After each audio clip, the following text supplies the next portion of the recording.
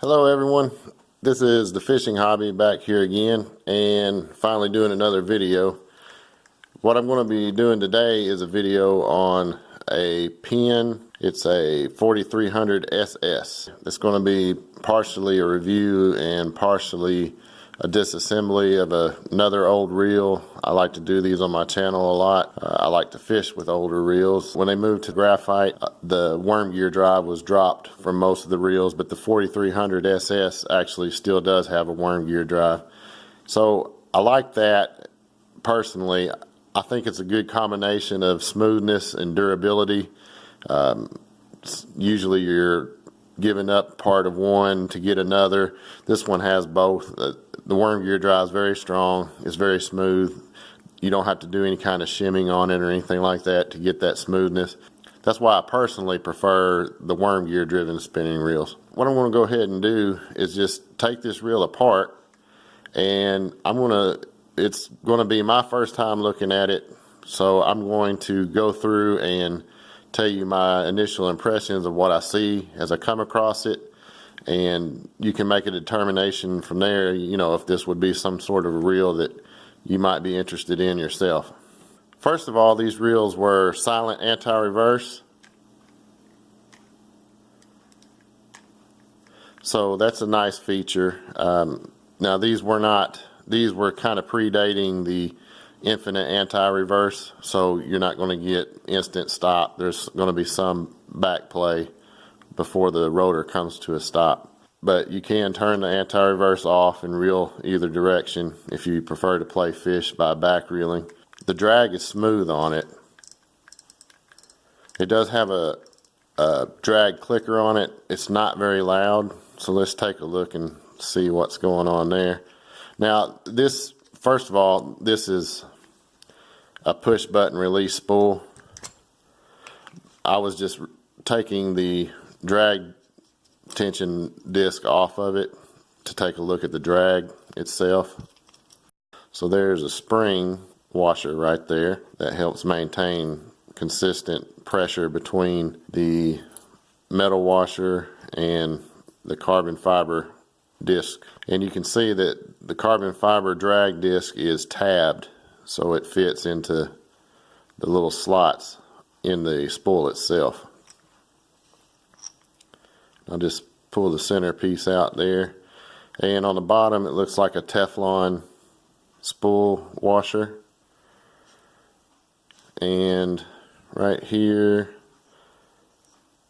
the reason the clicker isn't very loud for the drag is because it's some sort of plastic instead of metal, which that's not a terrible thing. It's just I'd prefer metal. It makes a louder click. It's a really nice drag setup. With that much surface area you should be able to get for this size of a reel. This is a smaller reel. The line capacities are 300 yards of 4-pound, 200 yards of 6, and 160 yards of 8.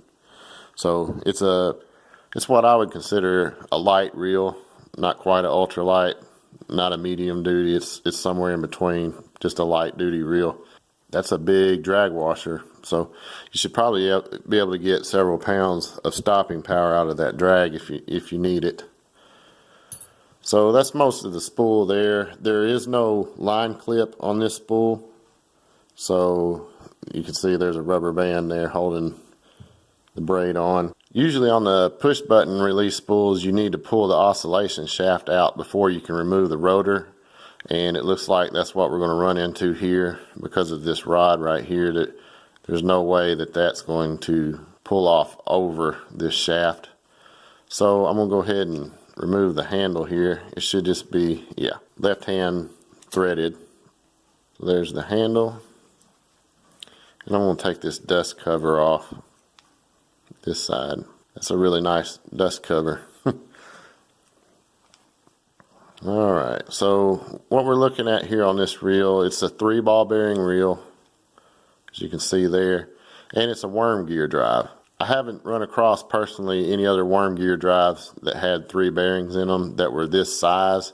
I have done a video on a very large surf spinning reel that Daiwa made a long time ago that had 3 bearings. The only other spinning reel that had a worm gear drive that would have had more bearings than this one that you could have gotten a smaller size would have been the Suveran from Abu Garcia, and those are extremely expensive. I'll probably never own one unless I just look out and find one somewhere that they don't know what they've got, or that'd be about the only way I could ever justify spending the money on one of those reels. So this might be as good as it gets as far as your bearing count on a worm gear drive for the average person. Let's go ahead and pull off this cover and see what we got going on under here.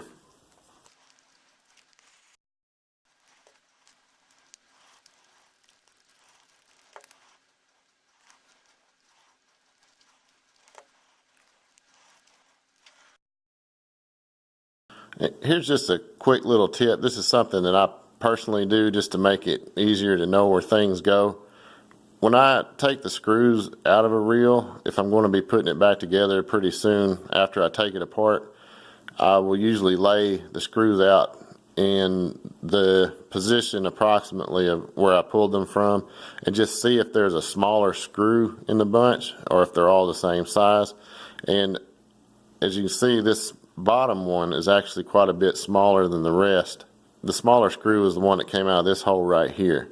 So I'm going to make a mental note of that so I know which way that those screws go back in, and all the rest of the screws are the same size. So the bottom one is actually a shorter screw on this reel. Another quick tip for you, if you're working on reels a lot, you might want to find an old towel of some sort that you can use just for doing reels, because you can use other things. I've used silicone cooking mats and things like that. Anything to help dampen impact will help you keep from losing screws and springs and things like that as you take a reel apart. A screw doesn't bounce a whole lot off of this towel like it would if it was just on a wooden surface like this tabletop that I'm working on. The screw would tend to bounce more on that and roll around better. This kind of helps deaden the impact a little, and it keeps it from rolling quite as much because it's a more textured surface. So if you got an old towel or something you can dedicate to doing your reels, you might want to do that. It doesn't make a very interesting background for these videos, but sometimes I'm more into functionality over form.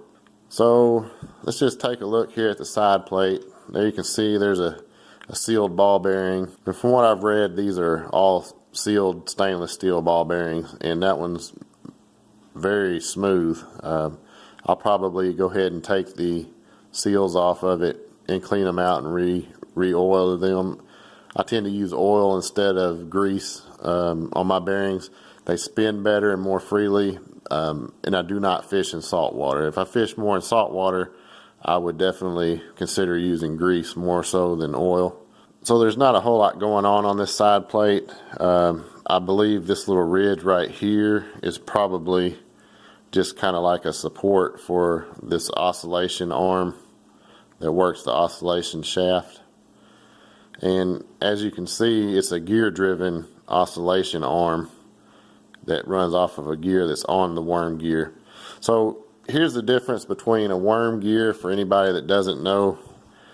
A worm gear drive, your pinion gear is on the bottom of the main drive gear that you crank. This would be your gear that gets cranked, and your pinion gear is actually on the bottom of that. So they always mesh correctly, assuming they were built to good standards like Penn would use. They'll mesh correctly. They're always smooth. They don't require any shimming in or out of the main drive gear, because your gear connection's actually up and down instead of side to side like it would be on a spur type gear. On most spur gears, if they're not shimmed properly, or as they start to wear, you'll start to feel the gear meshing in the handle, or even just on inexpensive reels you'll feel it. That's one of the reasons why I really like worm gear drives. And they're also very durable. I mean, it's a good design. They used it for a lot of years. It's an expensive way to do the gearing though. That's why I think a lot of people have gotten away from it. It's not very cost effective, and you know, anymore with the computer design gearing, they get very smooth gears on newer reels without having to use a worm gear drive. But I really like the combination of durability and smoothness you get out of a worm gear drive, and that's why I have a personal preference to where I lean more towards reels that have worm gear drives on the vintage reels that I seek out to use for myself. So now I'm just going to take this screw out that goes between this oscillation shaft and the arm here, and then I should be able to slide that oscillation shaft out from the front of the rotor. That was in there very tight. I will have edited this part out, but I actually pulled the reel back away from the camera so I could get a good look at it while I was breaking that loose, because it was in there really tight. And it doesn't appear to have had any Loctite in it, so it was just really tight. I didn't want to strip the screw head or damage the setup in any way, so I pulled it back off the camera so I could get that loose. So that might be something to keep an eye out for, and you might want to use a little caution, because that's just a flathead screw and it'd be real easy to mess that screw head up. So you might want to take a little caution when you're pulling that screw out for the first time on one of these. Alright, so there we can see where the shaft mates to the oscillation arm. I'm just going to pull that shaft out if I can here.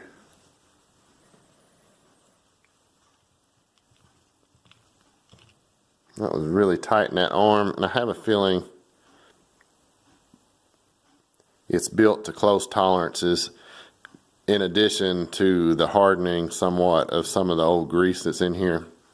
So that might be why that was kind of tough to get that loose.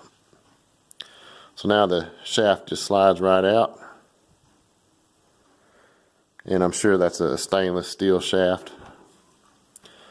So there we can see the pinion gear, the main drive gear, and then the spur gear that drives the oscillation shaft right here. Now I should be able to pull this rotor off. I've seen rotor nuts that are left-hand thread, and I've seen some that are right-hand thread. So always use a little caution on these. And I noticed I just turned that clockwise, and I could see the nut move and it got tighter. So this must be a counterclockwise loosening motion on this nut, and it is. It came loose real easily. So this one will be a standard nut then, clockwise to tighten, counterclockwise to loosen. A lot of the rotors are left-hand thread, so that's something I always try to use caution when checking those, because I've seen it both ways. So you know, just use good judgment, see if you can tighten it or loosen it one way or the other first, and then you'll have a good idea of which way to go with it, because you don't want to strip those out or to damage anything by over tightening one. Okay, now the nut's off. I'm going to see if this will, yeah, that just pulls straight off. So there's the rotor. It's not an unusual design on the rotor. You can see the mechanism come out here that gets kicked over. It goes up this piece, and that kicks over the bell trip. That's how the bell trip mechanism works on this reel. Nothing's too interesting going on there. It's pretty common stuff. And if you wanted to, you could take off the bell trip little ramp here by removing this screw here. And that's made out of metal, so that's nice right there. That's probably brass or bronze, I would guess. So that's nice to see.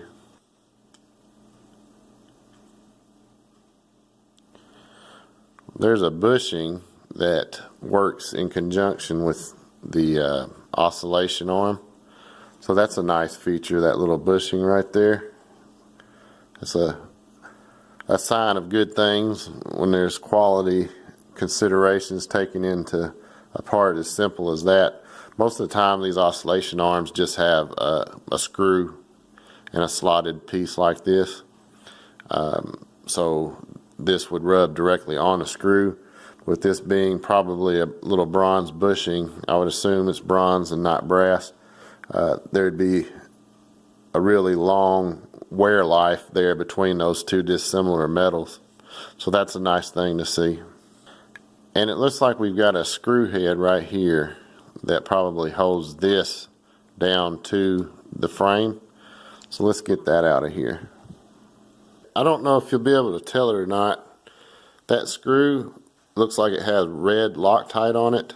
The screw that goes on the oscillation drive gear. You can see it's got a head with a shoulder on it, and that's where it rests inside of that little hollowed out area of the oscillation drive gear. So that looks like that might have red Loctite on it. So be careful when you're getting that out. I had a hard time getting that broke loose. When I did get it loose, it was fine and it came right out, but it was tough to get it to initially break loose, and it's because it had that red Loctite. I don't know if all the reels came this way or if it was just this one, but that is on there. That's something to be aware of. So I'm going to pull this off. By the way, when this all came apart, when I took that screw out, everything basically fell out of the reel. So I went through and I didn't want to tell anybody the wrong way to do things. I had to take a few minutes to figure out how the anti-reverse worked, and I figured that out. I'm going to show you how to get that back in there. It's a little different than most of them you'll run across. So I'll show you how that works here in just a second. But there you can see that's looks like probably a brass, or I'm assuming that's brass oscillation gear there. Could be bronze, but I bet it's brass. And here is the main drive gear, and there's a little spacer right here that was under that oscillation gear, and it's just a little plastic spacer, so you want to keep up with that. Then the anti-reverse is underneath that and the main drive gear, and they'll probably want to come out together like that. So what happened on mine, there's the other bearing that goes into the body there. I'm just going to stick that back in there. So what happened on mine was all this fell out and it just fell apart and it went everywhere, and I couldn't figure out. It took me probably 5 minutes to figure out how this works. So you can see there's a little sheet metal piece here that is riveted on to the anti-reverse dog. That little sheet metal piece actually rides in a groove that is on the anti-reverse gear. So when you're putting this back together, you will actually want to put that together just like that and put it back in as one piece back into the reel. And to me, it worked better if you turn the anti-reverse on by pushing this button up. It'll go down to turn it off and up to turn it on. I pushed it up, and you can see that part right there. That's what actually turns the anti-reverse off and on. So in order to get this together, if you hold these two pieces together as a piece with that sheet metal tab that's riding on the slot between the main drive gear and the anti-reverse gear, when you put this back together, if you'll put it all together at once like that,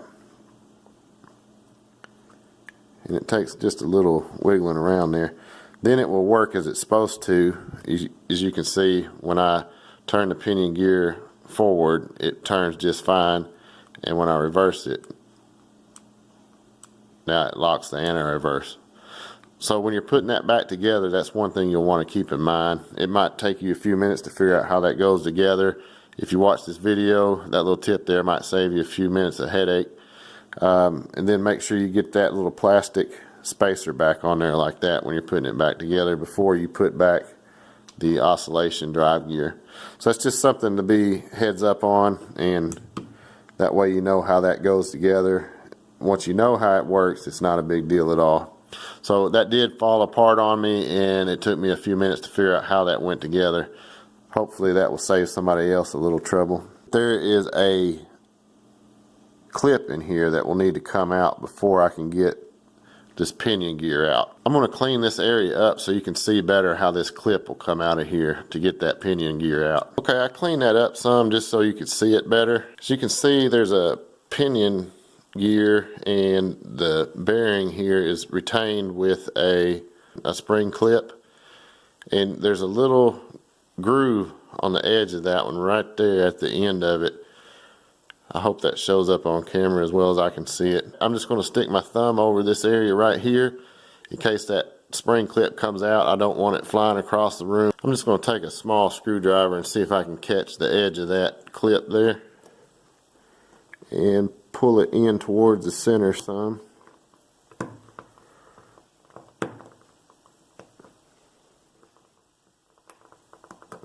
Just like that. Once you get it pulled out, you can just slide underneath between the body and the spring clip and it should just pop out. And now I'm just going to pull that whole pinion out with the ball bearing on it. So now that I've got this thing apart, let me tell you some of the things I found about it that I do like. The first thing is, if you'll notice here, this is a stainless steel pinion gear. That's great. Stainless steel ball bearings. All the quality of the materials is excellent. There's brass, bronze. They go through the trouble of putting in a bushing on the oscillation arm. Most real manufacturers did not do that. All the parts are quality. Carbon fiber drag. Most of the parts like these are stainless steel. So everything's going to last a long time. It's all made really well, high quality. Everything I've run across is tight tolerances. There's not a lot of play in anything. And I'm not a huge fan of graphite bodied reels because I work on my reels. What happens is sometimes on graphite it will tend to strip out easier than metal. But what Penn did on these was they used these metal inserts that are threaded. That's a big deal, guys. I mean, anything that needs to hold into this graphite body is threaded metal. So that's a huge deal. I wish more companies would do this. And honestly, this is the first reel I've ever seen that was made that way. And I'm sure that others make high-end reels that are modern that use these same types of inserts.